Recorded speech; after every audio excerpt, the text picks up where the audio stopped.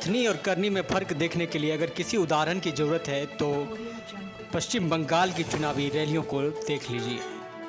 कल रविवार को ही कोलकाता के ब्रिगेड परेड ग्राउंड में प्रधानमंत्री नरेंद्र मोदी की जनसभा को ही देख लीजिए। जनसभा विशाल था, मैदान खचाखच भरा था, पूरा माहौल मोदीमय हो रहा था।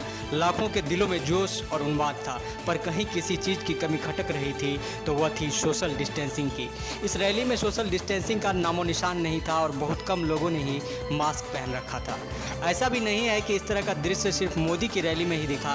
रविवार को ममता बनर्जी का रोड शो सिलीगुड़ी में हुआ। आज वही रोड शो उनका कोलकाता में हो रहा है। वहाँ भी सड़क पर अच्छी खासी भीड़ इकट्ठा हो रही है। इनमें गिने चुने लोगों ने ही मास्क पहन रखा है और सोशल डिस्टेंसिंग की धज्जियाँ उड़ रही है। तो क्या यह मान लिया जाए कि पश्चिम बंगाल कोरोना महामारी से मुक्त हो गया है? लेकिन ऐसा अभी हुआ नहीं है। प्रदेश में अभी तक 10,000 से ज़्यादा लोगों की मृत्यु कोरोना के कारण हो चुकी है। एक्टिव केस की संख्या लगभग 3,500 के आसपास है और प्रतिदिन औसतन 250 नए केस सामने आ रहे हैं। प्रधानमंत्री मोदी को अक्सर टेलीविज़न पर मास्क लगाए या गमछे से मुंह ढके देखा जाता है, पर कोलकाता की रैली में ऐसा कुछ भी नहीं था। ना तो प्रधानमंत्री ने मास्क पहन रखा था और ना ही हज़ारों लाखों की भीड़ ने। वहीं दूसरी तरफ एक खबर आई है कि जिसमें केंद्र सरकार ने महाराष्ट्र में बढ़ते और बेकाबू होते कोरोना महामारी के नए दौर के लिए भीड़ को दोष दिया गया है।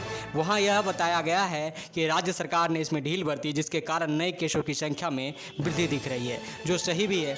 पर सवाल यह है कि जो महाराष्ट्र में गलत हो सकता है उसे पश्चिम बंगाल में सही कैसे ठहराया जा सकता है?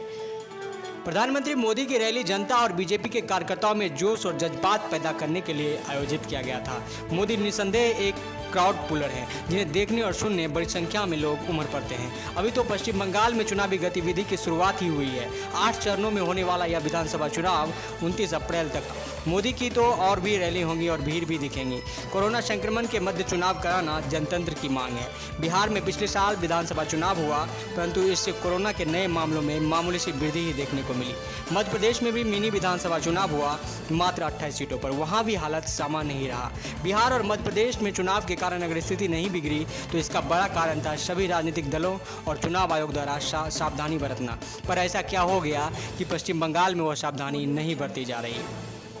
माना कि पश्चिम बंगाल का चुनाव काफ़ी महत्वपूर्ण है सभी के लिए, लेकिन तृणमूल कांग्रेस जीत की तिकड़ी मारने में जुटी हुई है। अगर ऐसा नहीं हुआ तो फिर तृणमूल कांग्रेस का एकजुट रहना कठिन हो सकता है।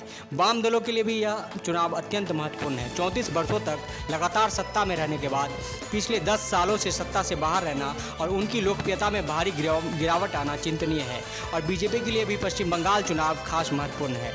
अगर बीजेपी पश्चिम बंगाल में किला फतह करने में सफल रही तब इसके लिए ओडिशा और ओडिशा के रास्ते दक्षिण भारत में अपनी स्थिति मजबूत करने का मार्ग प्रशस्त हो जाएगा। महानगर मीडिया न्यूज़ के लिए कोलकाता से आकाश राय।